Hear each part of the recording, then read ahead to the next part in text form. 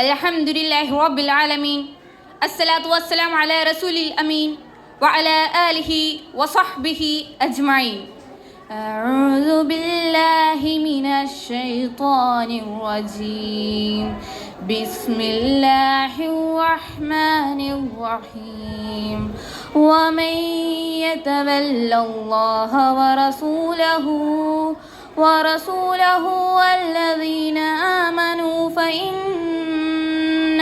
فإن حزب الله هم الغالبون. ബഹുമാനിയ അധ്യാപകരെ, രക്ഷിതാക്കളെ, പ്രിയ വിദ്യാർത്ഥികളെ, അസ്സലാമു അലൈക്കും വറഹ്മത്തുള്ളാഹി വബറകാതുഹു. ഈ സർഗവസന്തത്തിൽ എൻ്റെ സംസാര വിഷയം ഖുദ്സ് നൽകുന്ന പാഠം എന്നതാണ്. അല്പകാര്യങ്ങൾ മാത്രം സംസാരിക്കട്ടെ. അള്ളാഹു പവിത്രമാക്കിയ കേന്ദ്രമാണ് ഖുദ്സ്. വിശ്വാസികളുടെ പ്രഥമ കിബിലയും ബൈത്തുൽ മുഖദ്ദസാണ്.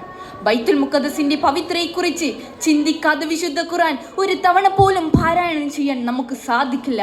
അള്ളാഹുവിൻ്റെ പ്രവാചകന്മാരായ ഇബ്രാഹിം, ഇസ്ഹാഖ്, യൂസുഫ്, മൂസ, ദാവൂദ്, സുലൈമാൻ, സക്കരിയ, ഈസ, മുഹമ്മദ് നബി സല്ലല്ലാഹു അലൈഹി വസല്ലം തുടങ്ങിയവരുടെ ചരിത്രം പഠിക്കുമ്പോൾ ഫലസ്തീനിലൂടെ കടന്നു പോകും.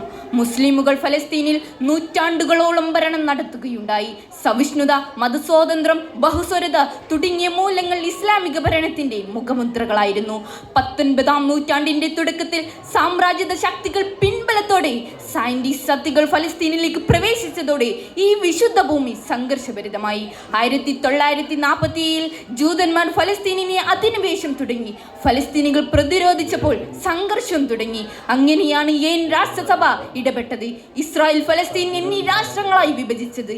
എന്നാൽ തങ്ങൾക്ക് കിട്ടിയ ഭൂപ്രദേശങ്ങൾ വികസിപ്പിച്ചുകൊണ്ട് അതിർത്തികൾ ഭേദിച്ച് ഇസ്രായേൽ ഫലസ്തീനിനെ കീഴ്പ്പെടുത്തിക്കൊണ്ടിരിക്കുന്നു.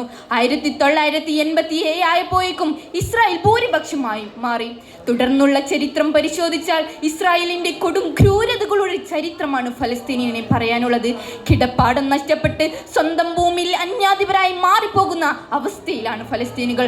സ്വന്തം രാജ്യത്ത് നിരാലംബരും നിരാശ്രയും നിസ്സഹായരുമായ ഒരു ജനതയുടെ വിലാപം ആരും കേൾക്കുന്നില്ല.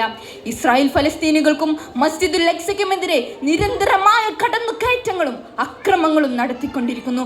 മസ്ജിദുൽ അക്സയുടെ മിഹ്റാബിൽ വരെ ഇസ്രായേൽ പട്ടാളം ചിരിപ്പിട്ട് ചവിട്ടുകയും ആരാധിക്കാൻ വരുന്നവരെ പീഡിപ്പിക്കുകയും ചെയ്യുന്നു.